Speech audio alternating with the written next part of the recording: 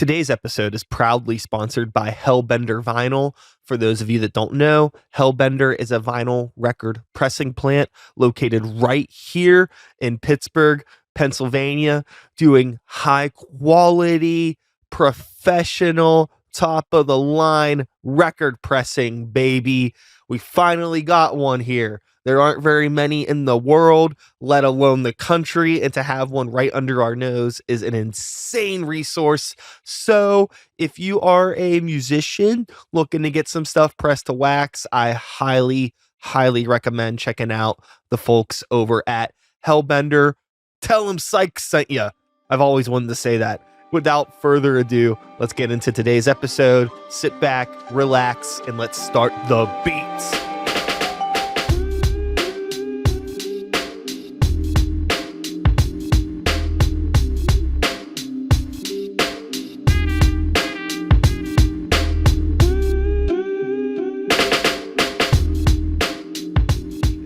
Wouldn't be as distracting for you because you're probably somebody that's used to hearing your own voice in headphones. I actually turn it off during music when I record. I don't like it. Oh yeah. So you just do you just go from like whatever bleed you can kind of hear coming through, or just no vibes? So I'll take one ear off. Oh, you do? Okay, and I just listen to my natural voice and just try to do that. Mm-hmm. It's always about tone, you know? Yeah. I find that it's really interesting. There's been times when I have been self-recording vocals, and if I'm trying to do something that is like really low key, mm-hmm. that's almost the only way I can even pull off the voice. Because like the second that, like, if I'm doing like loud vocals or screamy vocals, it's fine because I need like everything in the mix, and that's fine. But if it's like an intimate or just like chill thing, the only way I could really be quiet is like one headphone on. I don't hear my own voice and everything. I have to turn the volume down on everything. Yeah. So it's like the louder the music is, the louder your voice naturally wants to be.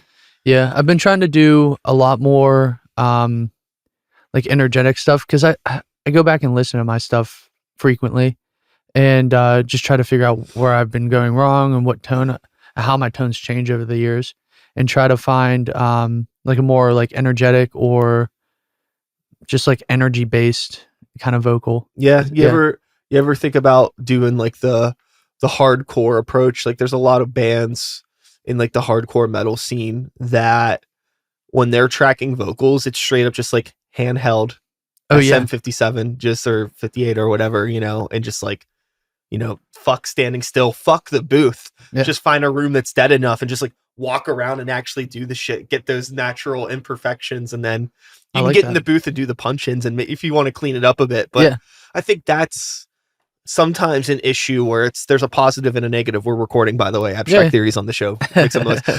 There's a positive and a negative to the sterile environment of a studio, where if you're doing like this like real raw energetic attitude stuff, it's really easy for that to get sucked out when you're standing still in, you know, everything perfectly sounding all treated. You can't get in it. Yeah, I agree. I've actually thought about that today because I just got back from the studio. Like I went from work to the studio to here. Hey. And I gripped the microphone like a normal handheld this time, but because I have a live band now playing with me, so we just all play together, and then I go and redo the vocals just because there's bleed from the drums and the trumpet. Yeah. So, but yeah, I've been thinking about that because a lot of what we're doing now, we're remaking some songs and then new songs too, and a lot of what we're doing, it sounds different, especially the older songs, because it's different people playing it. You know, it's not a beat that somebody made. I try to put a different energy into it and try to make it sound different. And the cool thing is, a lot of what we play is like improvised. So every show is different, which I like, you know? Yeah.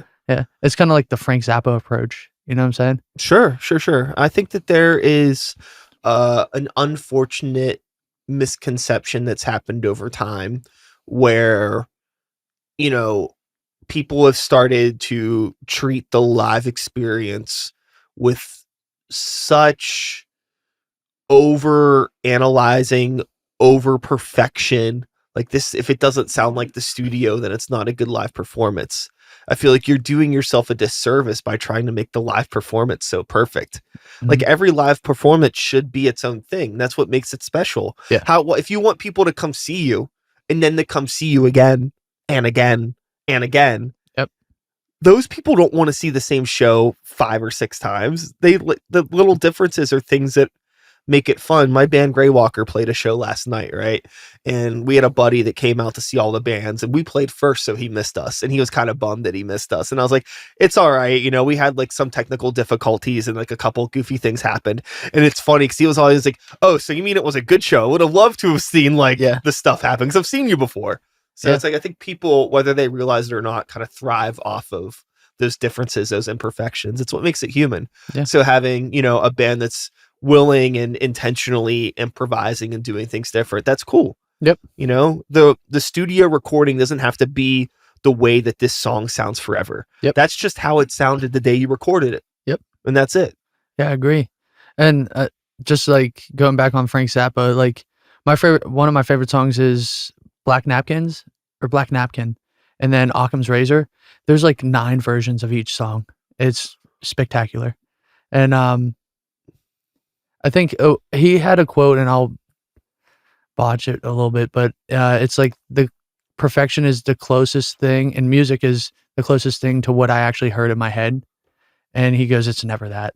So yeah, it's pretty cool. Yeah, I think that there's like that idea of like, whenever the first time you hear your voice played back on a recording, you're like, I didn't realize I sounded like that. Yeah. And sometimes if you're like a songwriter or helping compose this whole piece, like it's never going to be what it is in your head. That's your imagination working against you. You have to kind of have the humility to drop that ego and be like, hey, like this is just what came out of me, you know, and nobody else may ever hear this perfect version of it in your head. And it's like, well, hey, you know what? Just live with that in your head. It's okay. Yeah. If everybody else seems to be digging it, don't worry too much about the nuance as far as I'm concerned. I agree. What's cool now though, like I had an album called Pulp, and then on there was a song called Fishing. It's one of my favorite songs because it's like the most vulnerable that I've been.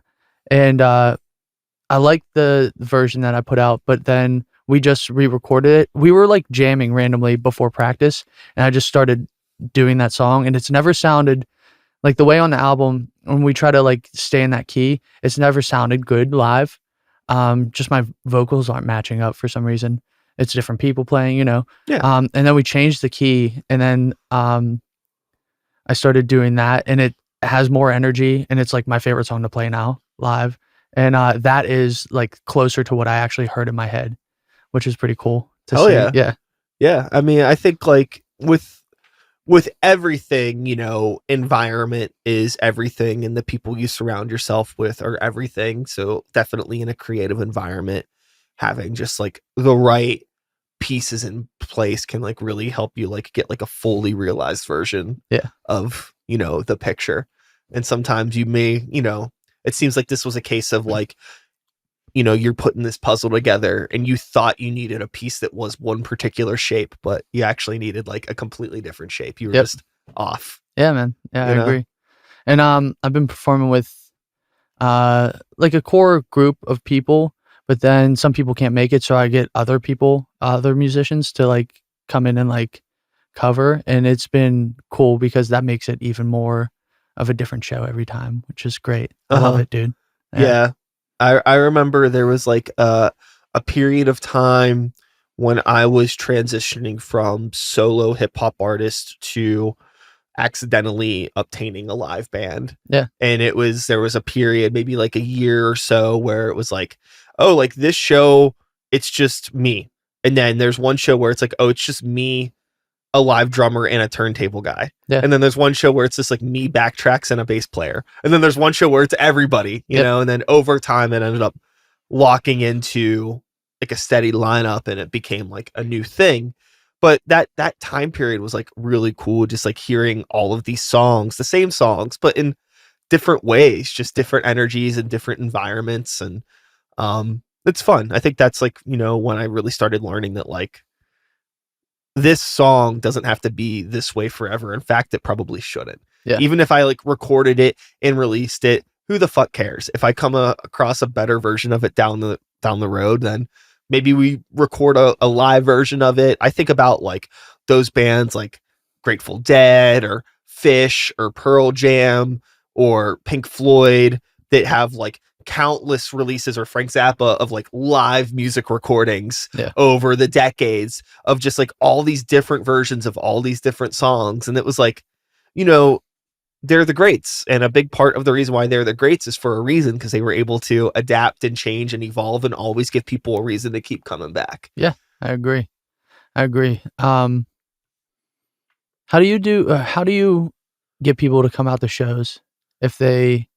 That's a lofty question. Yeah, I know, because like that's like the biggest hurdle I've tried to overcome. It seems like so saturated now, like a lot of music is, especially hip hop music. So it seems like when I first started in Pittsburgh, it was a show every week, maybe even 2 or 3 shows.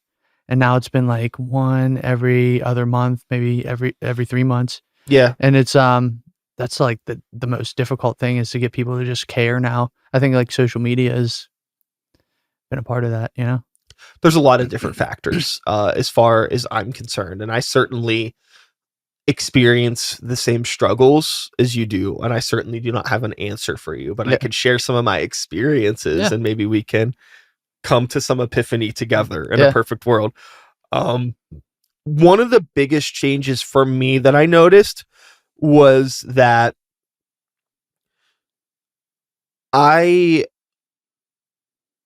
put myself into a box as a performer.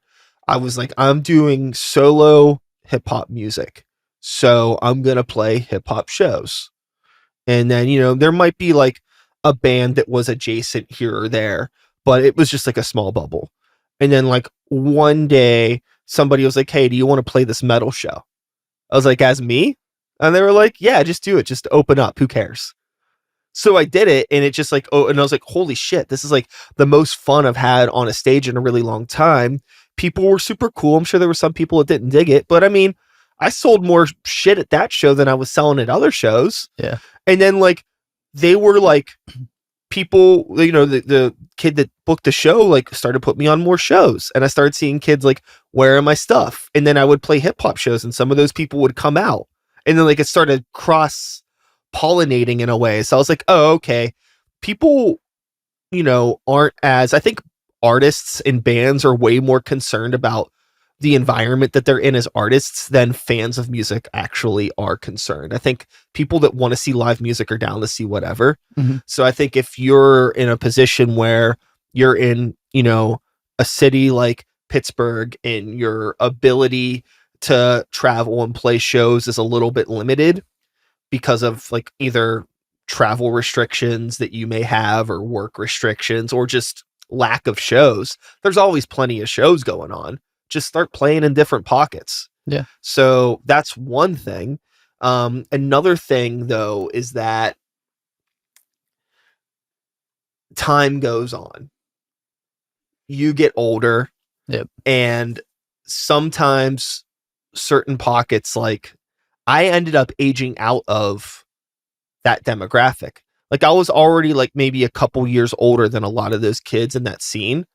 But then the scene starts to change.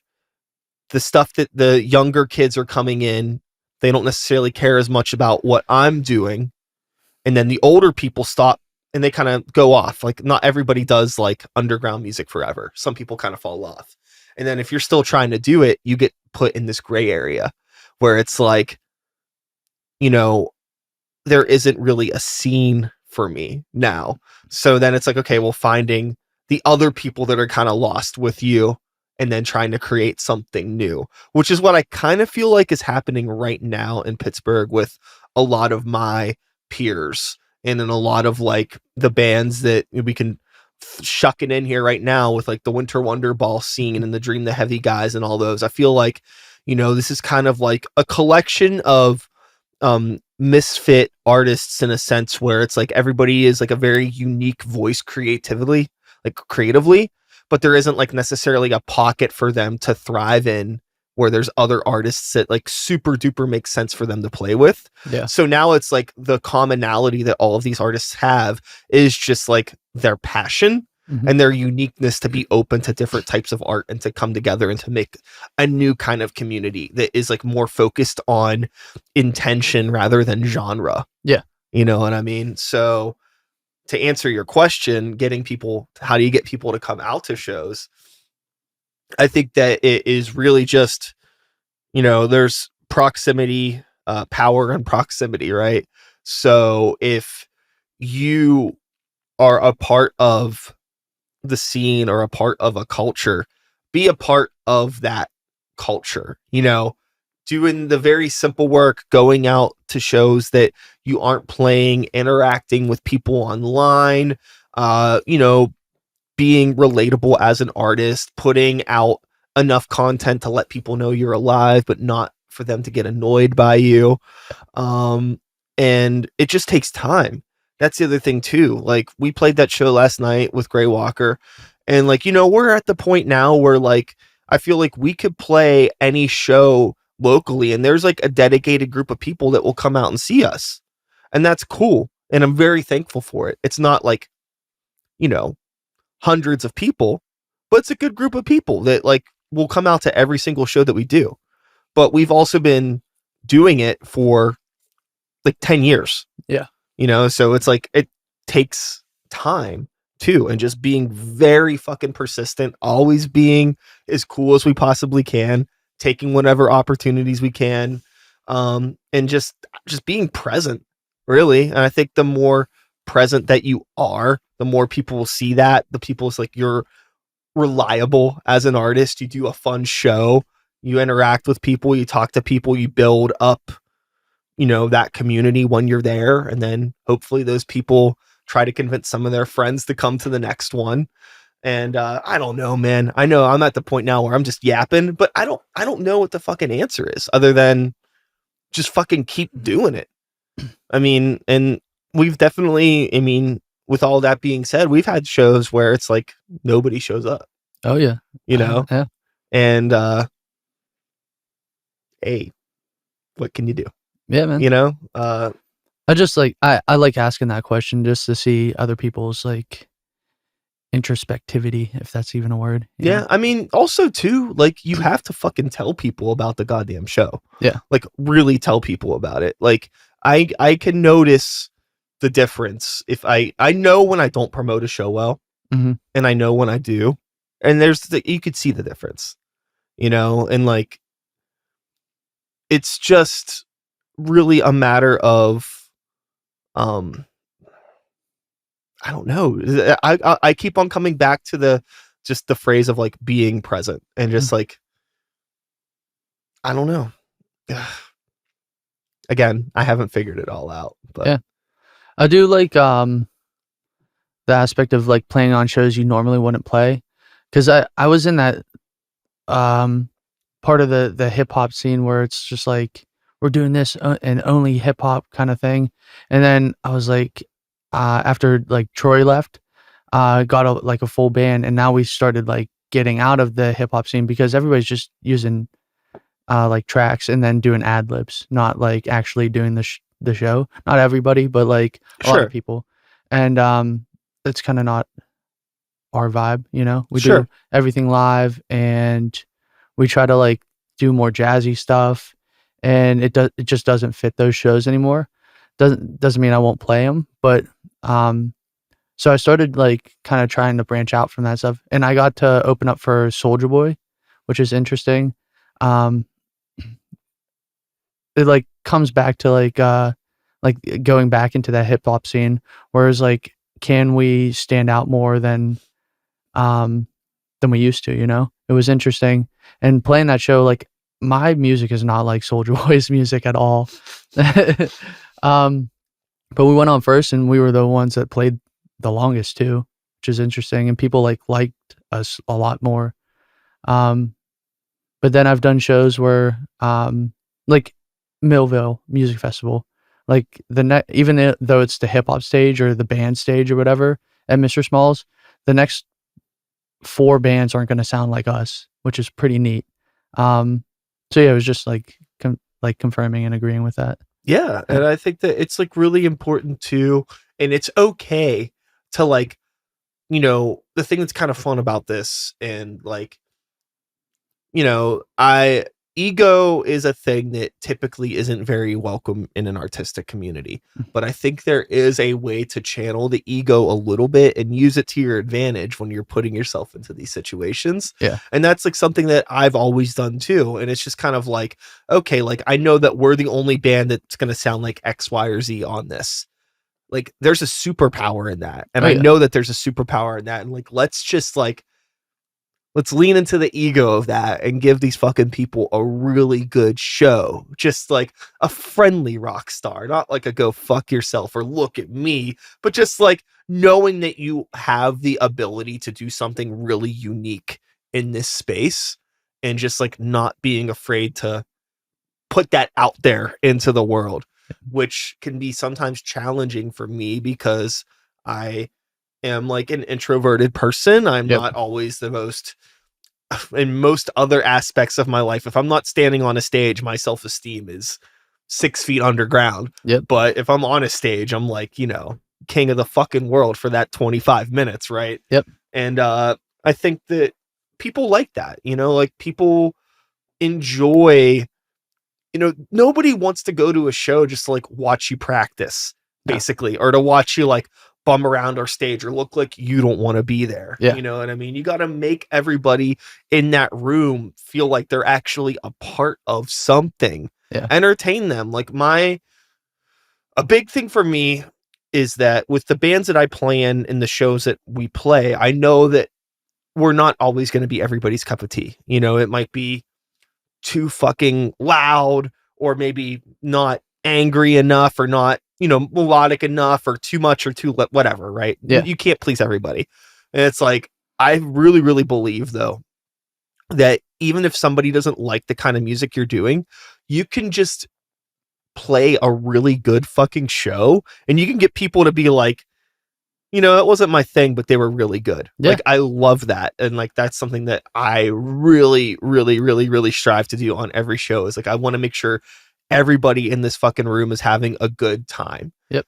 Can't please them all, but I'm going to try. I'm not going to be one of those, like, if you ain't about this real shit, go fuck yourself. Just Yeah. like, hey, this is for everybody, Yeah. and like, maybe this is something a little bit different for you, but hey, thank you for being here. And let's fucking enjoy this moment that we're sharing together, this live experience. This is only going to happen this one time. Yep. This is a unique moment in time. And even if there's only 20 fucking people in this room, you're the only 20 people that are ever going to experience this 30 minutes of time or however long the set is. So yeah, let's make this a beautiful thing together. Right. Yeah. It's really grandiose in a like ideal sense, Uh-huh. I like that. I also like the fact that I always strive to like make something that someone would connect with that they normally wouldn't.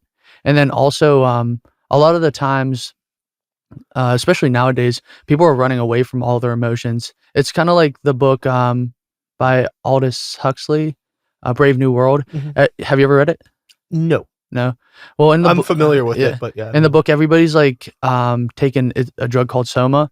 It's like if they feel sad or depressed or like any other emotion than happy, they take Soma, so they're just happy and like dull all the time. I feel like that's kind of like indicative of social media nowadays, or any kind of like instant pleasure or instant gratification, So I try to make in my music, not that it's like always sad. I just want somebody to feel something other than like I'm just getting instant gratification. I want them to think, Yeah. Yeah. I think I kind of compare it to fast food and healthy food. Sure. Where everybody's always going for the fast food, which would be like social media or something like that. Where the healthy food would be like a conversation like this, Uh-huh. Yeah, it's deeper. Yeah. I think that like there's I totally empathize with your perspective being an artist who also does not write metaphorical fast food music by any stretch of the imagination. I don't think I could if I wanted to. Everything always has a deeper meaning. Everything's always mixing styles of music together. I'm not intentionally trying to make anything more complicated than it needs to be. It's just how I create. But I know too that like when you're introducing new people to your music for the first time, there needs to be a certain level of accessibility where like, sure, that it is deep if you want to get underneath that layer, but how do you keep things deep but simultaneously keep the surface level enough that they can feel comfortable being there, and you're not like scaring them off with like too much, like in my case, like too much freak shit too quick. It's almost like going back to the food analogy. It's like, oh, there could be like a restaurant that has like this really crazy menu, crazy items, a bunch of things that you've never really heard of, really crazy flavors, but there's also still a burger. Most people that might go there for the first time might try the burger. So it's like, I want to make sure I have that burger on the menu, but then maybe they'll come back and try something else, try something new, dig deeper once you get them in. So I think that's kind of a key too, in terms of like getting people to come back to shows, is like you need to have like an accessibility to like normie mindsets, not to like dismiss people that aren't artists, but really to grow. What you're trying to do is get people that aren't artists to fuck with you. Like that's like a real, for me, like testament of like actually like obtaining fans. Don't get me wrong, I am an artist and there's plenty of other artists who I am fans of. But there's also, and this is not to be too pessimistic or too negative, but there is a world of being an artist where a lot of it is kind of like, good set, bro. Like that kind of mentality. Like, do you really fuck with me? Or is this just like being nice for the sake of being nice? Or do you want something? Like all of that kind of stuff that exists. So, whenever somebody that doesn't fucking know you at all, isn't a fucking show promoter or another band or a videographer, just some, just Ted from The Office, it's like, yo, I really, really like that. He has nothing to gain from it. It's genuine, and like, but fostering those types of relationships with fans just comes from needing to think in that like regular people mindset. And a lot of those people don't think like artists. They're not going to be so caught up in the meaning of everything and the improvising and the jazz element. They're not thinking about it like that. They're just like, oh, that was cool. Very simple. So you got to make things cool. I think it comes down to just relatability. If you can be relatable. I think that's like that surface that you were talking about. But then also like when you find that connection with like Ted from The Office, it's super special. It makes you feel like you actually are accomplishing something. And you move that like little pin a little bit forward on like Guitar Hero. You're like, I'm in the green a little bit now. I went out on the streets right before the Mr. Small show for Millvale. And I had these little cards. I was like, I'm playing here at this time at Mr. Small, and I came across these people in a tent while it was pouring down rain, and I was like, hey, I'm Abstract Theory. We're all playing here at this time. Please come out. Like, this is Millville Music Festival. And that was the lady had her kids with her, and her husband owned the bar. She goes, oh, we listen to you on WYEP and your Spotify all the time. I was like, what? So it's like, it was them two and their 4 kids. I was like, that's so sick. That's where Ted from The Office is like, yeah, definitely. But I think that's the thing, is like, you never have a full scope of like who's paying attention, who's actually listening, who's resonating with your music, because it's, if any of those people ever interacted with you on social media, you might not even know if they even do. There's a lot of art and music that I fuck with, and like, I don't engage with everything on social media.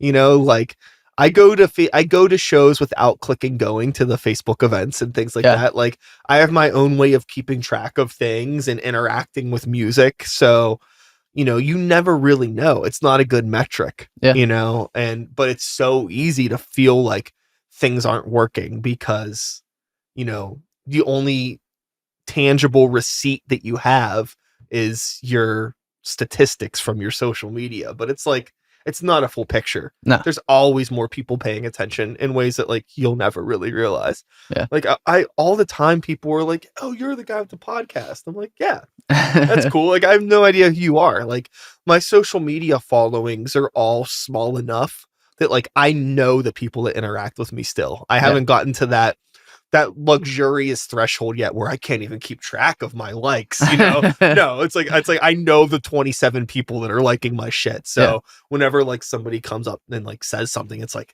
I don't know who you are. This is cool. Yeah.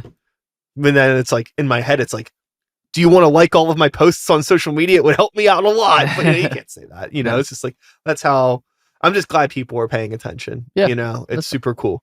That's all that matters.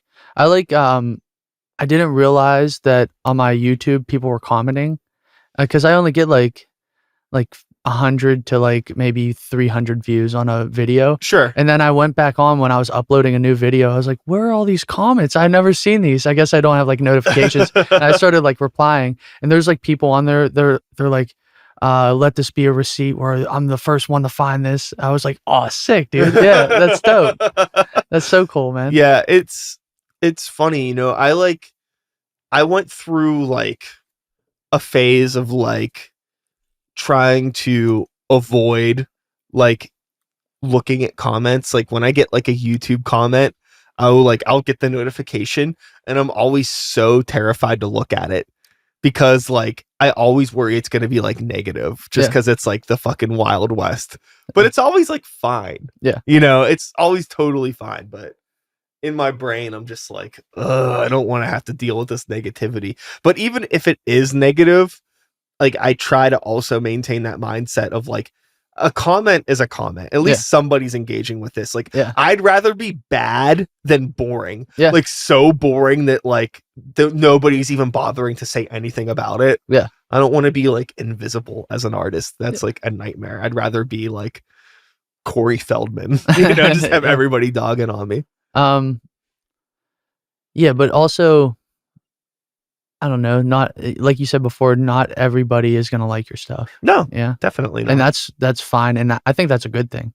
Yeah, I mean, well, that's the beauty of like art and the beauty of just society as a whole is everybody has the choices to like their own things and do what they want to do. There's plenty of music out there that people love that ain't for me. Ain't for me, dog. And objectively, some of my favorite music ever is dog shit, and I know it is, but it's like stuff that I love because I grew up with it. And it's like, hey, like ultimately it's like you can have a conversation about like, is this good art or bad art? It's a very objective conversation. All I know is that whenever I listen to this, it makes me feel good. Yeah. And that's something that you can't like you can't dismiss that. Like it's so easy, especially as an artist, to get caught up in like the meaning and the purpose of everything. But again, some of my favorite stuff is just like the intention behind this was just to make something that was like fun or just sounded cool. It wasn't like this big fucking mission statement, Yeah. But I agree. Like, I wanted to make a song that, because I've never done skits, but I wanted to make a song that was like a mobster in the background talking. That's where Not There came from. I just like that stuff. I like that it like set a scene of like what's going on kind of thing. And I forget where I was going with that. Yeah, I don't know. It's just like something different, and it's just like for the fun of it. That's where I was going for it. Yeah. Not everything has to be like on brand. I guess that's the word. Like I made a song, Sunburned Cigarettes. I've never made like a poppy, like singy song. And I was just like, I heard this like guitar pattern and then these keys, and then I was like, whoa, I like that. And I was just like, and I was like, this is happy. Let's do it. Yeah. I don't know. I just made it because I think just making a song with just a hook is fun. Yeah. It's not like lyrical, miracle, spiritual, individual. Yeah. Yeah. Yeah. I don't know. I'm trying to stray away from just hip hop, because Sure. it's not my vibe. But I do like hip hop in general. So when I'm able to get like a song that is pure hip hop, I'm like, sick, I'm back. Uh-huh. It's interesting. But I often think of this one video I watched that's KRS-One is talking, just like giving a speech almost to a person that's just videotaping him after a show. And he talks about being a man or a woman in hip hop. And I kind of apply it to my daily routine in life, where he's just like, if you're doing something, like if you're selfish, well, backtrack. He's telling you like everybody strives to be a man or a woman in their life, and there's a lot of instances that we go through where you end up not being that, and it's just like if you're selfish, you go down. You're at a man, you went down to a boy, or a woman down to a girl. Yeah. It's interesting, and I try to apply that to like how I put out music and how I like proceed through just like interactions with people in everyday life. I think I was like trying to get at that at a previous conversation we were having. Shit, I forget. Oh, it's all But good. Yeah. But it's a really good interview of him, and I like always go back to it when I'm like down on myself. I'm like, oh, am I moving forward? And I go back to that. I'm like, oh, I wasn't a boy today, or I wasn't a girl today, or Yeah, I think that it's just, I mean, in the grand scheme of things, with social media, it's so easy to see like everybody else's highlights. You're not seeing their yeah. low moments, right? And also there is like the inevitable reality that some people just have a very fast trajectory. Mhm. Sometimes a lot of things happen for some people very quickly and they sustain that, or sometimes things happen for them quickly and they just fizzle out. They have, like a trending song or two on social media for a summer and then you never hear about them again. Yeah. And then there's, artists that seem like they've come out of nowhere. Like I remember when like Billie Eilish started blowing up, like I had already been hearing about her for a few years prior to that. And people were like, where did she come from? And it's just like her and her brother have been making music in their bedroom for like 10 years since they were kids, so it's like there's time, and everybody comes on at different times. And there's like, when you're like getting older and like say you get into your 20s or your 30s and like, maybe it hasn't happened yet. It's like, well, what is it? You know what I mean? It's like I can have those conversations with myself, but it's also like, hey, I've done shows all over the goddamn rock that we're on right now. Yeah. I have recorded music and collaborated with people, made videos, done touring, and like all of these things that it's like, okay, sure, there's artists that have done it way more and have been way more successful.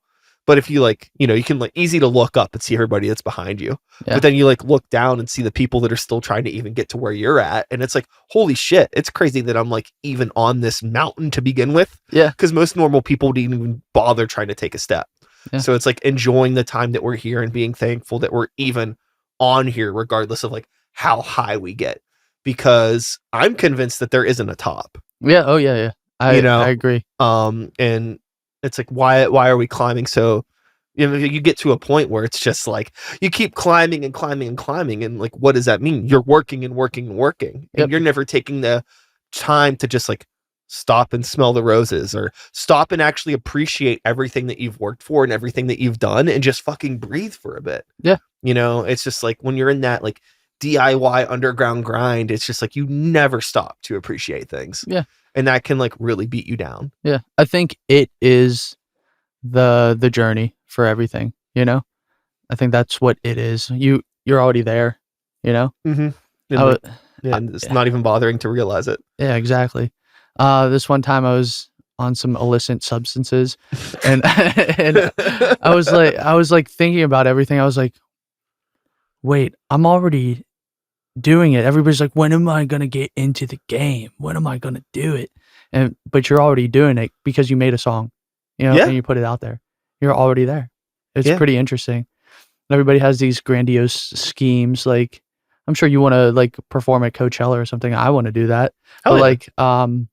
but that again, that's not the top, and there is no top. That's just like a part of it. It's interesting. Yeah, Yeah, it's just like the lottery of it all is yeah, crazy, right? Because if you want to get into like a really like hyper specific conversation about like what it takes to be a part of that world, I feel like it's a completely different world than where we're living in, yeah, and like the amount of fuckery that goes on. And I understand it and I get it. yeah, But you want to get into a conversation about fucking uh brand identity and marketing strategies and all this stuff where like the art is really just a side effect, you know what I yeah, mean? It's like, what do you look like? What are you wearing? Who are you partnering with? Like who you do stuff with is more important than what's even happening. The producers that are on your stuff, the music could be total dog shit, but if it's produced by one of a small handful of people in the industry right now, you're like almost guaranteed success, regardless if it's good or not, yeah, because it's like, money going into certain pockets, backs being scratched, all that kind yeah, of like shit. And it's just like, sure, that exists. And it's easy to be like, I'm a musician and they're a musician, so we're the same. You're not the same. I post stuff on Instagram. They post stuff on Instagram. So we must have the same opportunities. Nope, you mm-mm, do not. We live in two totally different worlds. And I think like the best thing for artists on like an underground level to do is to like focus on the real world, focus on playing shows. If you're not playing shows, go out to shows, meet people, as the kids would say, touch grass, get yeah, the fuck off the computer and use that stuff as an accessory for sure. Post about your stuff, promote on there, try to get out there. But the way that you can't expect putting in a ton of work into like social media and then expecting it to translate to the real world. They're like two totally different things as far as I'm concerned right now. yeah. I A think little bit of translation, but not much. I agree. I think a lot of that stuff is just ego, Oh yeah. ego tripping. Um, but then like I saw a quote is like, you know what your favorite artist did that you didn't do? Put out that song. You know what I'm Sure. saying? Yeah. Yeah. It's just like taking those steps, and they're all small steps, and it doesn't matter if it's a big leap or not. It's just moving forward. That's I mean, that's what I was saying before. Just like being present and being active and just always doing something. Always Mm, just, I mean, I know I was kind of talking about like you're always climbing and like you gotta stop and smell the roses or whatever, right? Sure, stop and smell the roses, but when you stop, you should also still have like a projected date for when you're gonna start climbing mhm. again, Yep. So just there's always just something cooking, for me, whether it's big or small, just knowing like, okay, we played a show last night. I know when the next show is. Mhm. Cool. I hate when like we play a show and it's like no other shows coming up. It's like, damn. Yeah. Okay, well, do we have like studio time booked? Are we working on a video? We working on like what is next? Yep. So as long as there's something that's in there, I'm like, cool, great, and then we'll keep the ball rolling and yeah. Yeah. I've been trying to do um videos and be as creative as possible because I went to for that album Pulp that I put out. Yeah. I went to um rehab right before it came out, and then when I got back, all these plans I had for videos, they just kind of like washed away because we're in this kind of like small collective of people that were like making everything together, and that kind of dissolved. So I was like, crap. Now I have to like actually do this now. So I've been trying to like take the steps to go ahead and do that. I got like a Black Magic Cinema, which the camera doesn't matter at in the end of thing at the in the grand scheme of things because you can see all the low fidelity cameras and like people get millions of views of it. Sure. But I tried to take the steps to like really like put forth quality over like the quantity, and then try to like actually write like an actual good video and put that forward too. It's interesting trying to like navigate that path and like how to make things as creative as possible, but then you're learning the whole time, which is pretty interesting. So then again, that's moving forward because now I have a skill set that I didn't have before. Mm-hmm. Yeah, and I've started taking those skills, and then I've always wanted to write a TV show or a movie and short films. So I started doing that also, which is so fun. Yeah, I ended up in the spot that I always wanted to do, but like in a different path. It's like a weird route that I took. Yeah. Yeah. But now I get to apply it to my music. That is the main focus. In a way, it's really similar to the topic we touched on a little earlier in the conversation, where you have an idea in your head, but like for a song, but when you like record that song and you hear it back, you're like, oh, this isn't exactly what I was thinking. Mhm. It's the same thing with like plans for your life. Yeah. Right. You have an idea of how things are going to go, but the universe is going to do what the universe does best, which is not what you want it to do. Yeah, that's for sure. So it is a matter of, I don't know, like it's the surfboard of life and you got to navigate the waves, I suppose. Right. Mhm. Yeah, man. I like that analogy. Yeah. Cause everything's gonna, I honestly, I don't like you have to do this at this age and this at this age. Oh, it's and if bullshit. you're not there at this age, It's you're bullshit. a loser. Like, you know what I'm saying? I feel like that's mentality that have been like, that's stuff that people say to make themselves feel better about themselves because they weren't able to do X, Y, or Z. Mhm. Right. I remember, and I just had this conversation recently, with somebody else that was on the show about like when I like turned 25 and it was just like a crisis. Like I felt like it was game over at that point, and like, I'll tell you the same thing I told them, because at that point, like I hadn't really start playing in bands yet, like to the extent that I do these days. Like I was still really on my like solo hip hop career thing. Mhm. And like, I'd like opened up for Wiz Khalifa multiple times. I'd played with Mac Miller. I had done like all of these things that was like, I am like doing everything I can to be an active force in the scene at this time. And both of those artists, I mean, they went off to do huge things and they were big then, but not what they would become by any means. You know what I mean? But it was still like a big deal, but it was still like local, you know what I mean? But like, it just didn't work out, and you get to the point where I'm like 25 and I feel like I'm cooked, right? I feel like it's all fucking game over, not even realizing that like, now I'm fucking 39 and it's like all of my like experiences and things that I have done, like I never would have thought things would have went the way that they did. And I'm glad they went the way they did, because I've had like such a crazy experience and have done so many cool things that I would never have thought were possible. Yeah. But when I was 25, I just thought like, oh, it's done. There's no fucking way I'm going to ever do anything else. I just fucking saw Iron Maiden at PPG Arena on Saturday. Yeah. And all those fucking guys are like in their 60s fucking crushing it, dude. Yeah, dude. And it was just like, the expiration date shit is bullshit. But when you're like young, I think like, and those ideas of just like, I think mortality in general, realizing that like, it's not going to go on forever. And there is definitely like a prioritization of youth in some aspects of the entertainment industry. That's obvious. Yeah. That's very obvious, but that's not a part of the world that I even want to be involved in the first place. No. I just think like when you're young and you're figuring it out, you feel like it's all part of one thing. Like what I was just talking about, like how I was like, oh, these are two different worlds. I think when I was younger, I thought it was all one thing, Yeah. And as I've gotten older, I've started to realize that like, oh, these are completely different worlds, and it's okay. Like my life, I feel a lot better being a part. My life has value and meaning in this world. I've connected with like more people than I ever fucking realized. Like I've had people like, I'm at the point now where like, okay, I can't I can keep track of my social media followers, Mhm. but what I can't keep track of are people that have seen me perform. Yeah, for That'll sure. come up to me at other shows and be like, "Hey, it's good to see you again. I saw you at so and so and so." And then I'm like, "Yeah, it's great to see you." And in my head, I'm like, "Who the fuck is this?" Yeah, You know, yeah, that's a blessing. yeah, That's crazy. yeah. You know? I agree.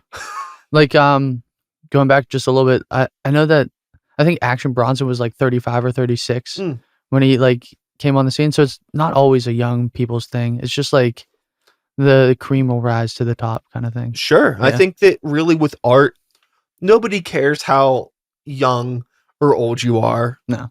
It's intention Yeah. and it's relatability, authenticity Yep. of your art, and just like knowing your voice. Like I think like Action Bronson is a really good example of like very genuine, unique voice Mhm. that, you know, resonated with a lot of people. So it worked. And I mean, you could say the same thing about like the Run the Jewel stuff. Yeah. You know, I mean, Yep. like both of those guys were at it for way too long, Yeah. you know, and then they blew up. And like those guys are easily probably what in their 40s now, probably Yeah. when that stuff Close to happened. 50, I Yeah. think. Yeah. And it's like, you know, but there's like such an insane youthful energy to their music that I'm sure there's probably a good demographic of people that were probably shook when they realized how old those guys were, Oh, yeah. Yeah. you know, but that's awesome. Yeah. I agree. You can take the Roots, for example. I mean, Oh, sure. There you go. yeah, dude. Black Thought, he's in his 40s or 50s, I think. Yeah. They're still amazing. Yo, I saw them one time. I was at this this NFT thing in New York, and my friend got me into the Bored Ape Yacht Club. Do you know that? Yeah. Yeah. Yeah. Yeah, it's like Justin Yeah. They Bieber. were, Yeah, yeah.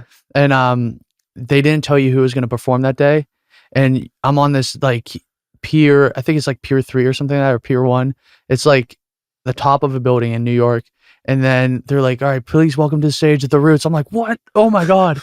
And then after they got off, they're like, "All right, now welcome to the stage, Future." You're like, "What? Oh my god, this is sick." Yeah, it was pretty cool. But the next night, um, I wasn't there for it, but that's when Snoop Dogg and Eminem performed, and then they came out and did that. You see the animated video where it was apes. No, I They didn't. used their bored apes Okay. in the video, and it was both of them on the same song. It was pretty sick.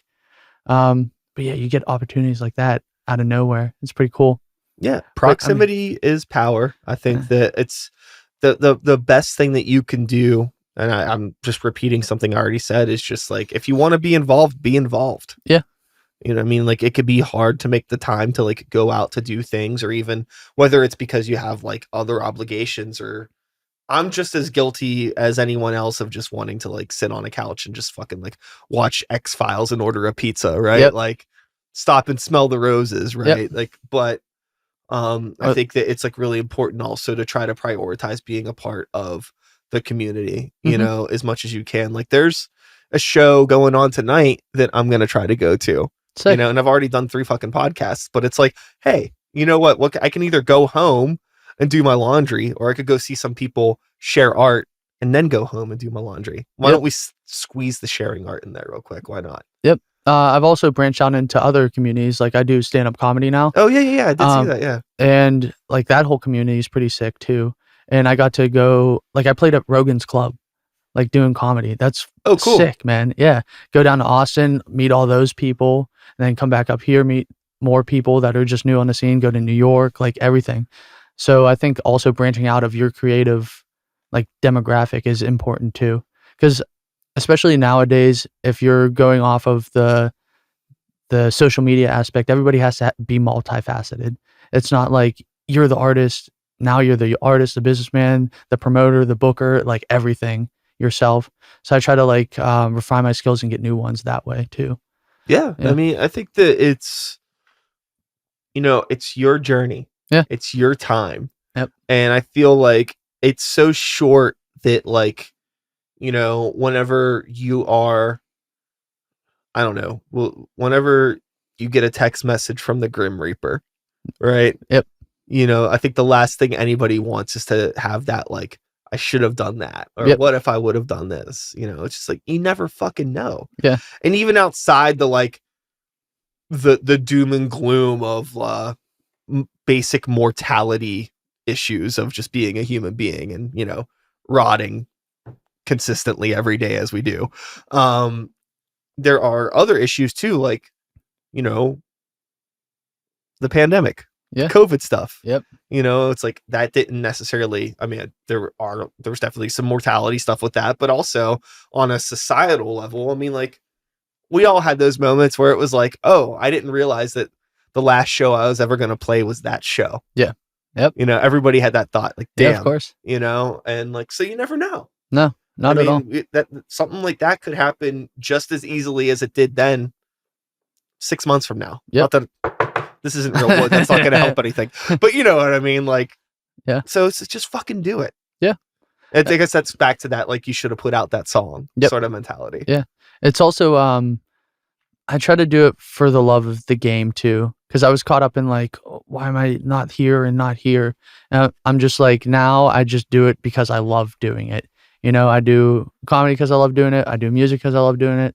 I am writing a TV show because I love doing it. I like filming other people and their music videos because I like doing it. It's just what I'm interested in. But I also, that doesn't mean like do it and just like put it out, but like also strive to be the best you in that process, you know? Yeah, it's interesting aspects. Yeah, I like it a lot. Yeah, I mean, I think that you are in like a very natural phase that I think pretty much most artists that go through, where it's just like, I don't know very many artists that like only do one thing. No. You know, like, and you almost need those different pockets to like interact with to really just keep things fresh.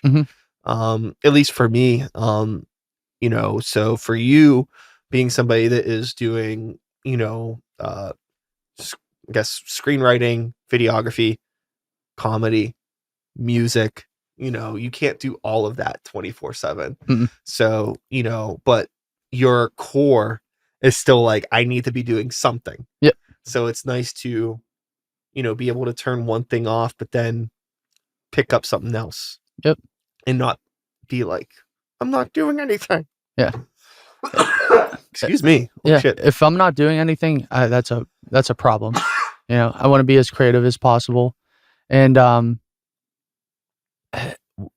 at my core, I just want to be a musician and be able to make money where I'm not in debt from like school and stuff like that. Because I went to school for chemical engineering.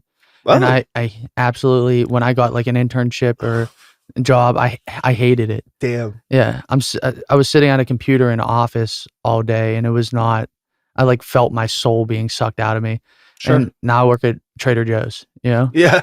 And I love it, you know, because I'm up interacting with people all day, and then it gives me a flexible schedule to do literally everything that I love. And that's like more important to me. I'm happier that way. The happiness is more important. And I think that is something that we often overlook, you know? I was trying to go somewhere with that.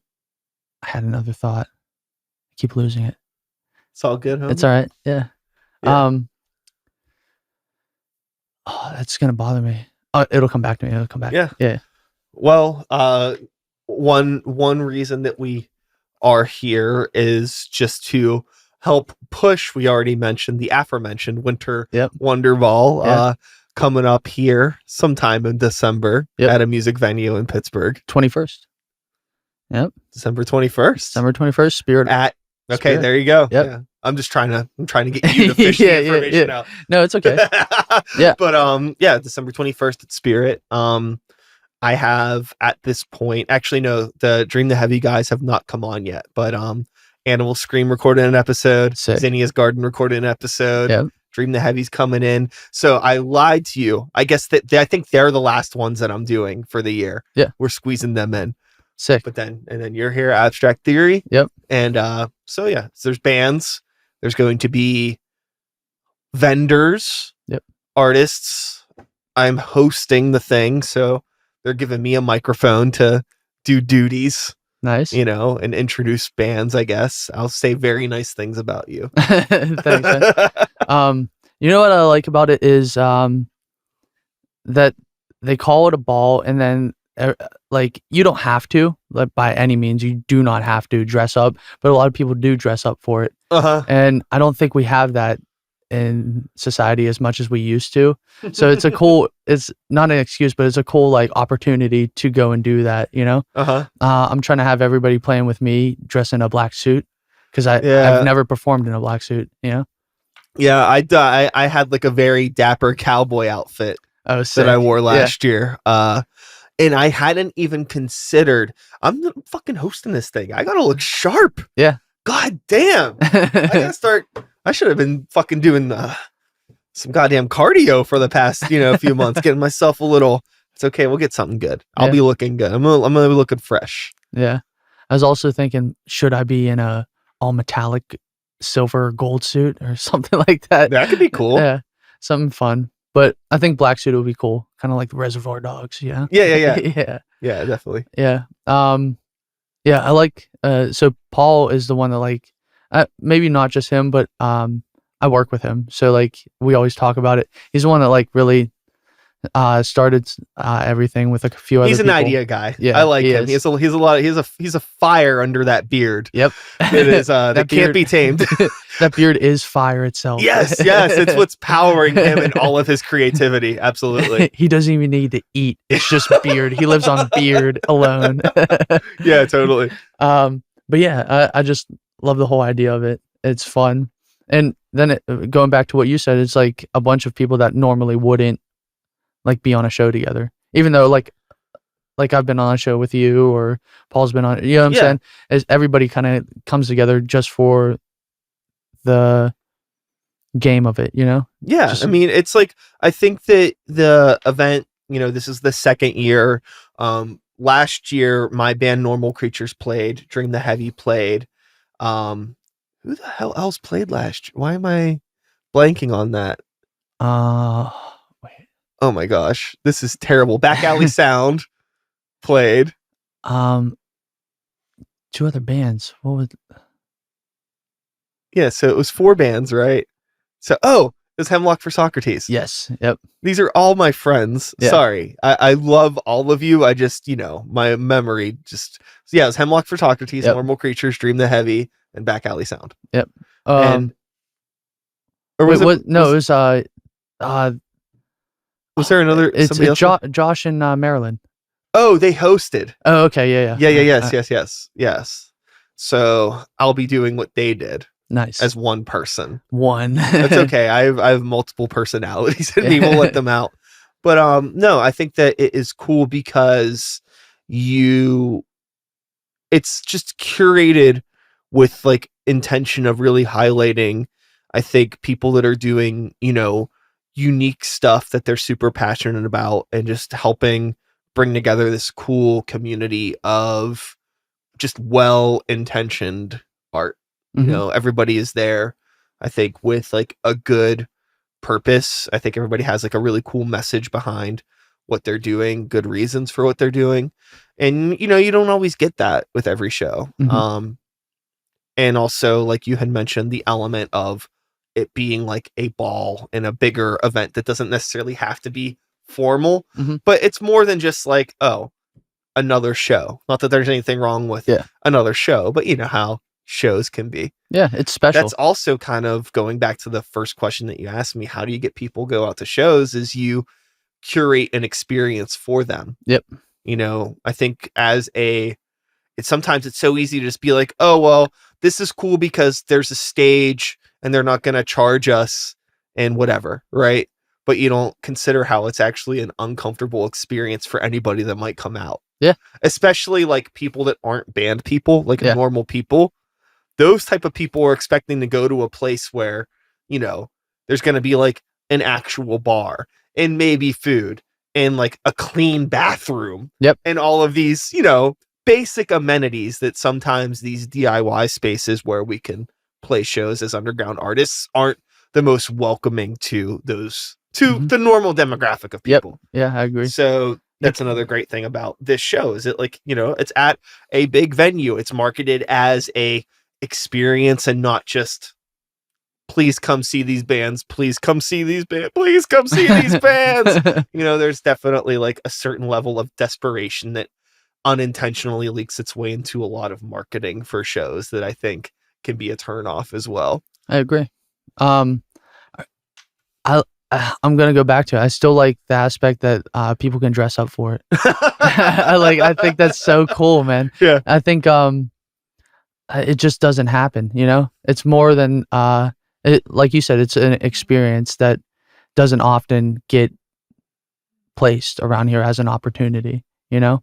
There's and a lot of the people that are involved don't usually do things like that, and it makes your skills refined, and you become an asset to the people that are normal. You're like, whoa, this can actually can happen. Like maybe they were thinking about joining a band or doing something, and then they see you and they're like, oh wow, I actually have the wherewithal to like become what I actually wanted to do. Mhm. Like I was in rehab, and before you leave, you tell your story, like how you got there, like what happened, why you're like this, and how you're like proceeding. And after I told mine, a lot of people that don't normally spoke up, and they were like, I actually have like what's the word? Actually have like the power and ability to go ahead and like speak my truth and like how I got here, because they were just like, really, it's awkward, dude. You're saying like some really traumatic stuff that's happened to you and why you are where you are now. And to open those doors for those people is super important. But you can apply that to like playing a show, like I just said, and then somebody that was like thinking about it, now they have the ability to do that.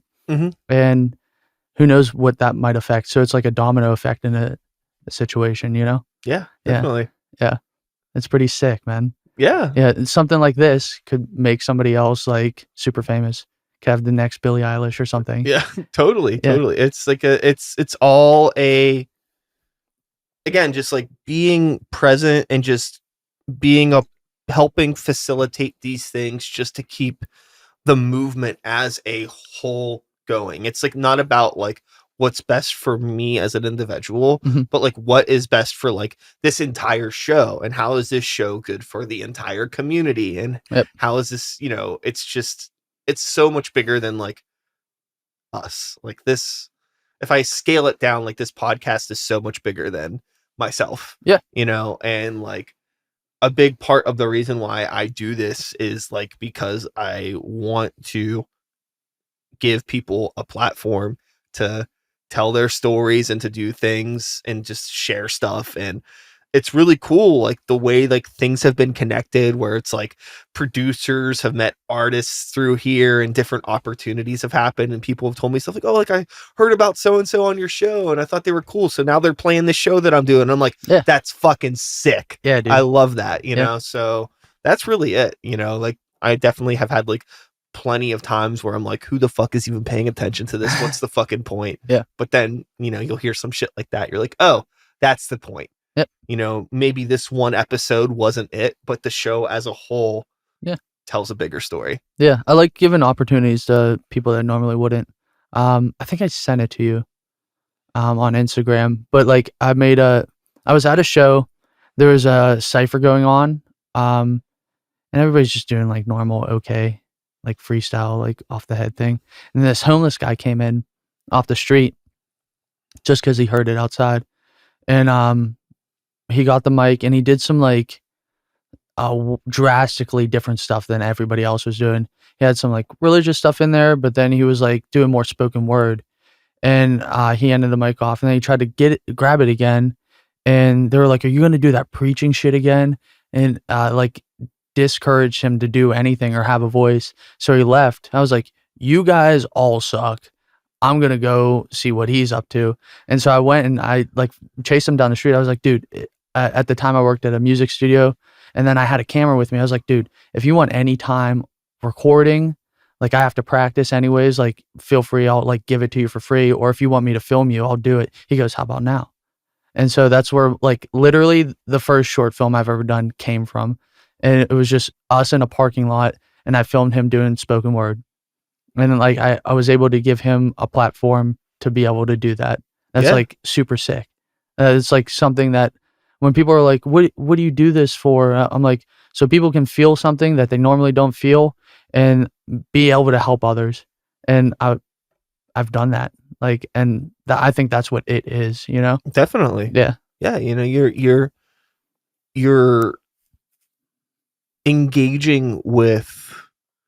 engaging with like opportunity and inviting just like new experiences in by not being closed off or having some preconceived notion of how like things should go. Mhm. You know, just being present and seeing an opportunity and being active about it, Yeah.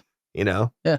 And that's not to be like, oh, I'm righteous in doing these things. No, No, I it's mean, just like I want to hear people's opinions and their thoughts and their emotions.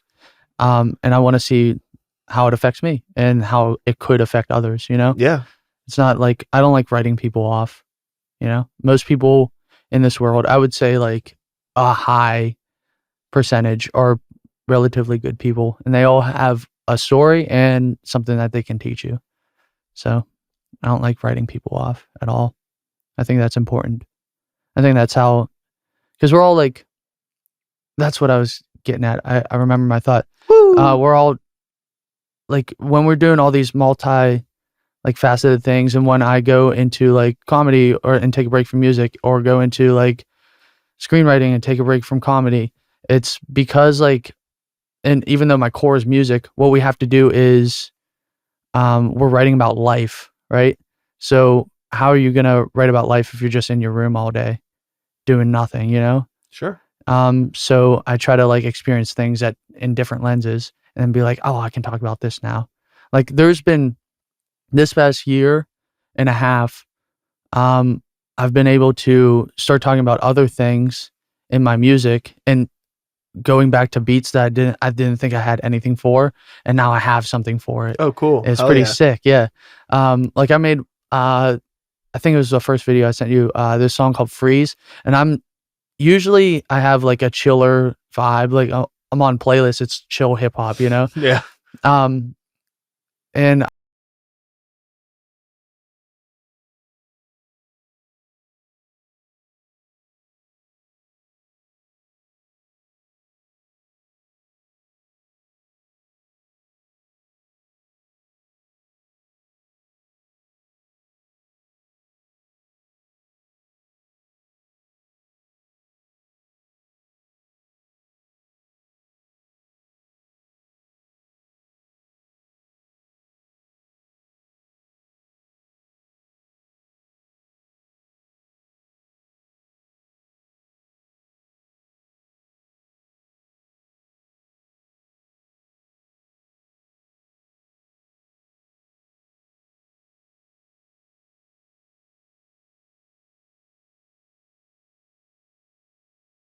yeah, like it came from like an Instagram like conversation, you know? That's super sick and fun, you know? We have this toll and connectivity that we don't utilize correctly sometimes.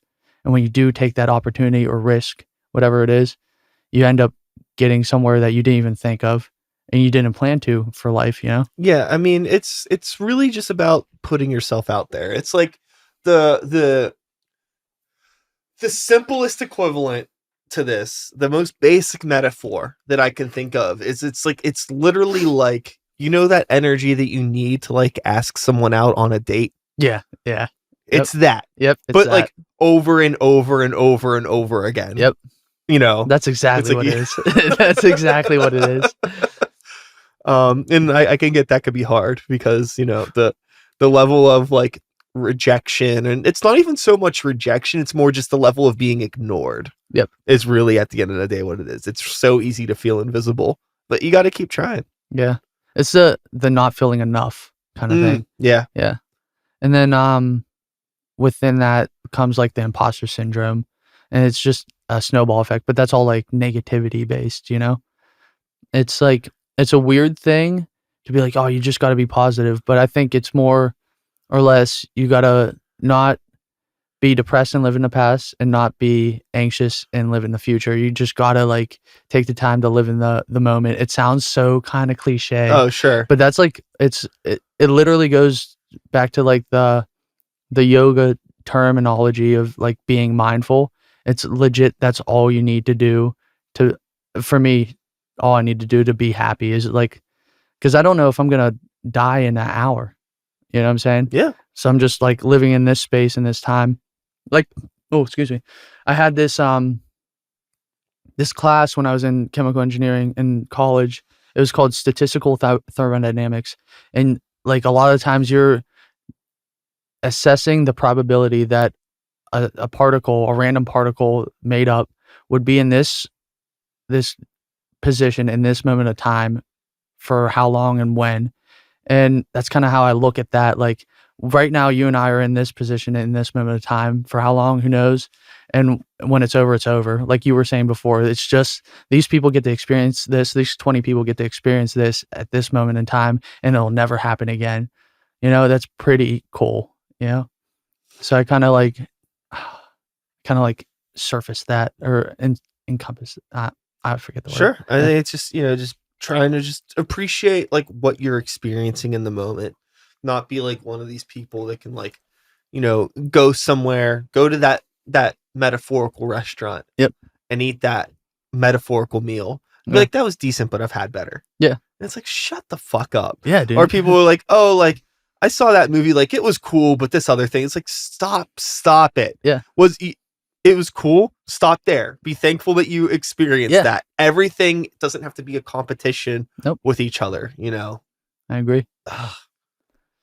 So what are you going to do to host?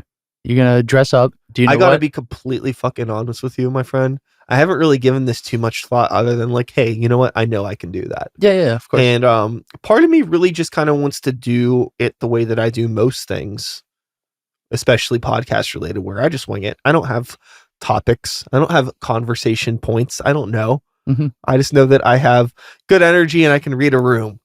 Yeah. So we'll see how it goes. Yeah, that's all you need. But I will probably dress up. Yeah. I've been thinking about it in the back of my head a little bit more, realizing that it's coming up sooner than later. Because I agreed to do this like months ago. Yeah. And now, clock's ticking, baby. Yeah. Now it's time. Yes. So, cool. I'm sure I'm going to come up with I'll probably have some pre-planned bits in my head. Cool. I'll prepare enough, but also leave enough room to kind of riff. Sick. Yeah. Yeah. Comedy. Do a little crowd work. Yeah, dude. Riff and comedy, dude. Yeah. Definitely not a stand-up by any means, but I watch enough. I think I can understand somewhat the psychology behind it. Who's your favorite, or like who do you like right now? I think I've always really, really liked Mike Birbiglia.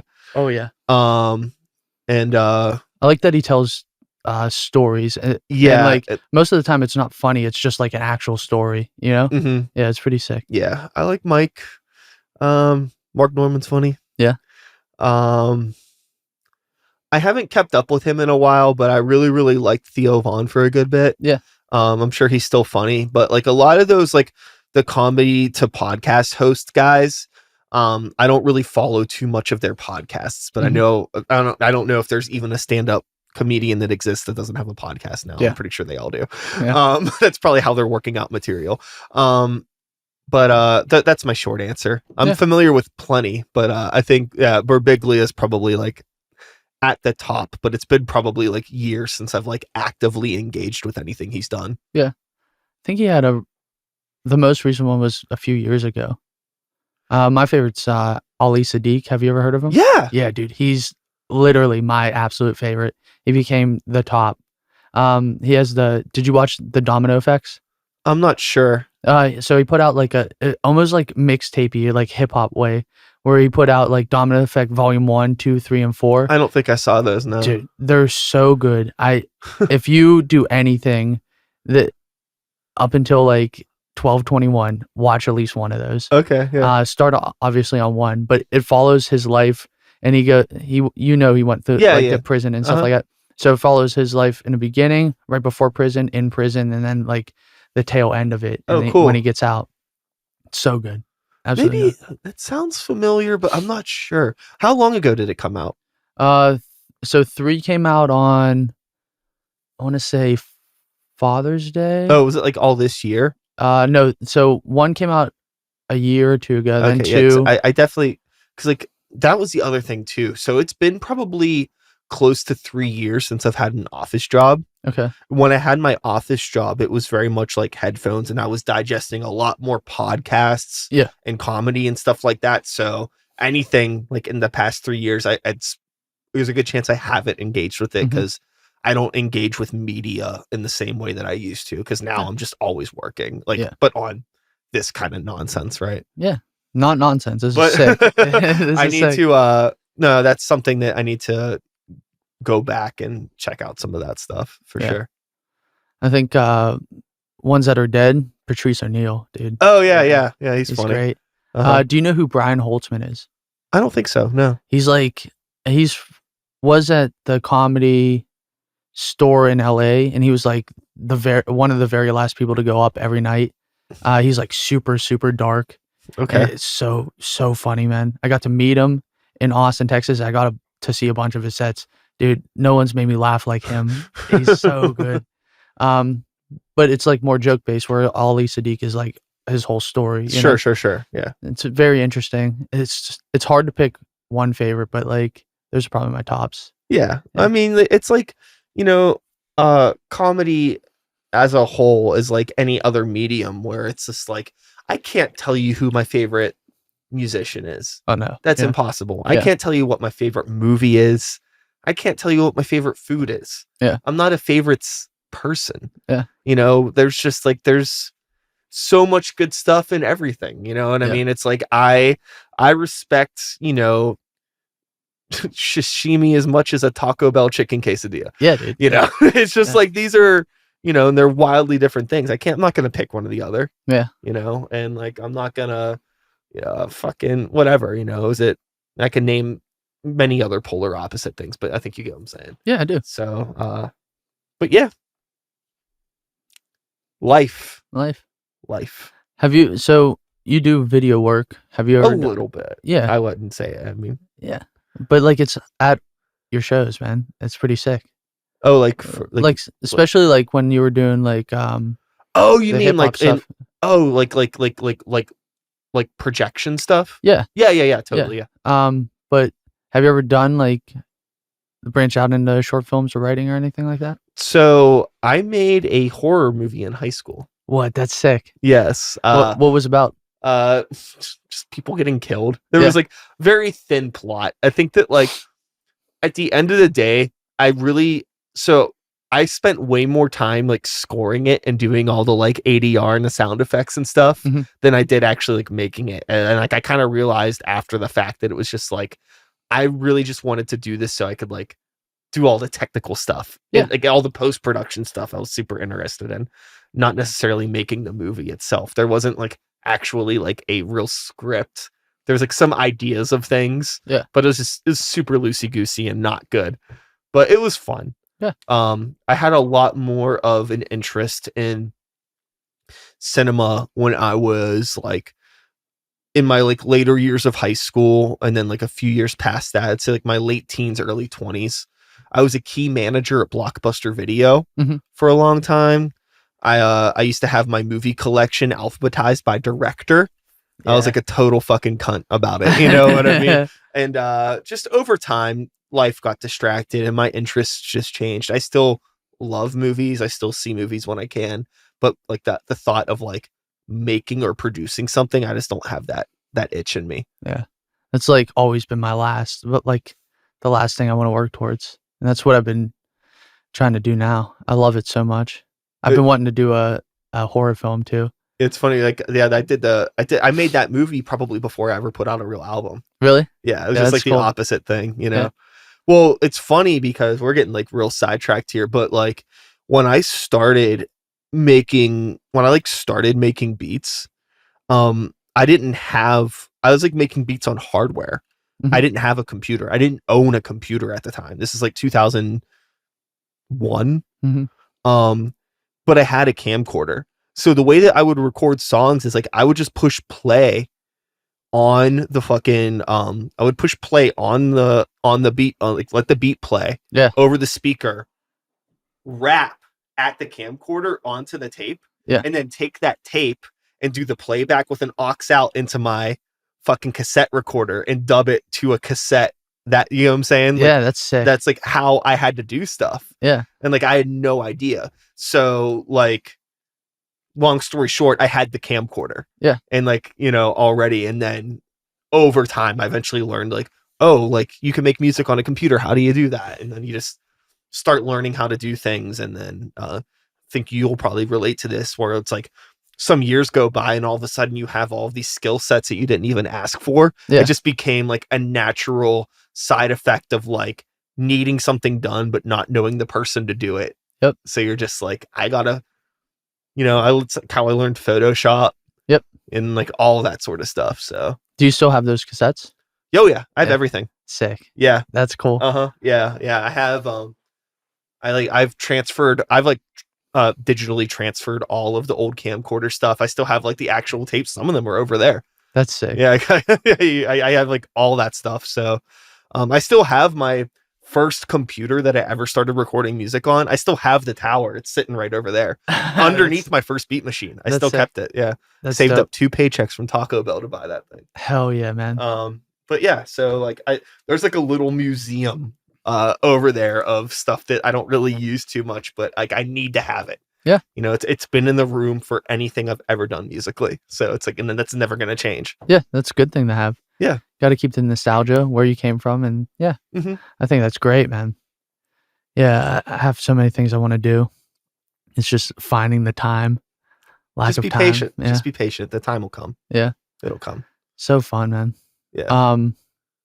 Yeah, dude. I can't wait for this show. I wanted to be on the last one really bad because I thought it was like the coolest idea. Yeah, I'm excited for it. I think it'll be hopefully something that happens yearly. You know? I mean, so far they're 2 years in a row. So yeah. I think people like start. I hope, and I do think that people from last year will show up. Oh, totally. And then with newer people, and I think it'll just snowball into like hopefully like Wonder Ball into something. Yeah, like a Wonder Ball into like a festival or something. I think it'd be sick. Yeah. Yeah. I mean, it's the thing. You just have to start small and just be consistent. And again,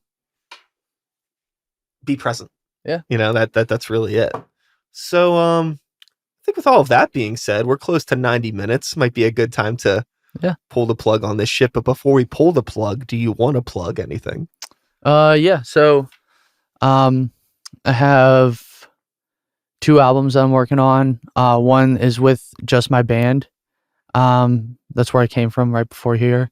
It'll be called Making Your Way Through Obscurity, which I like the old jazz records and their titles. Like my favorite one is Freddie Hubbard, Keeping Your Soul Together. I just like that long phrasing, and that means so much. Yeah. And it kind of like ties back into what we were talking about. Like obscurity is like the unknown, you know? So making your way through being unknown. So I'm excited for that. Just got a few more songs to record. Some of them are older songs I already put out as singles, but now with like a new feel, Frank Zappa style. Oh yeah. And then another one where I worked on with Remy, who plays keys in that. Yeah. So that'll be like just a production album. And then I do comedy around Pittsburgh and other states, but Pittsburgh almost every night. If you want to see where all of the comedy is, just follow the Pittsburgh comedy scene Facebook page. I'll probably be there. Yeah, I'm working on a TV show. That should be fun. Dude, we filmed like a few scenes. It was pretty cool to do, and now I know what not to do. But yeah, that'll be cool. That's about it, man. Follow Abstract Theory Official on Instagram and on YouTube, and then on Spotify too. Hell yeah. Share it with your friends. Hell yeah. Yeah. And then December 13th, Friday the 13th, I'll be doing a comedy show at You know Cam Schmidt? He's an artist. Yeah, I remember Cam. Him and then our buddy Noah, they both own Studio 4. It's in Bloomfield. Okay. It's right across from Caliente. Be doing a comedy show there. Cool. Yep. Awesome. Yep. All right. Well, with all of that being said, that is all, folks. Thanks so much for being here one more time. Abstract Theory. Woo-woo. I'll be back again next week with another episode. Same time, same place, same channel. You know the drill. My name is Brian Sykes Howe. Start the Beat is the podcast. 2024 is the year. And until next time, take care of yourselves. Take care of the people around you. Peace. We did it. That was a podcast. Hell yeah, dude. Hell yeah. Tight. Yeah. Thanks for having me, man. Of course. Thanks for coming by. Yeah. Stopping the video. I gotta go run.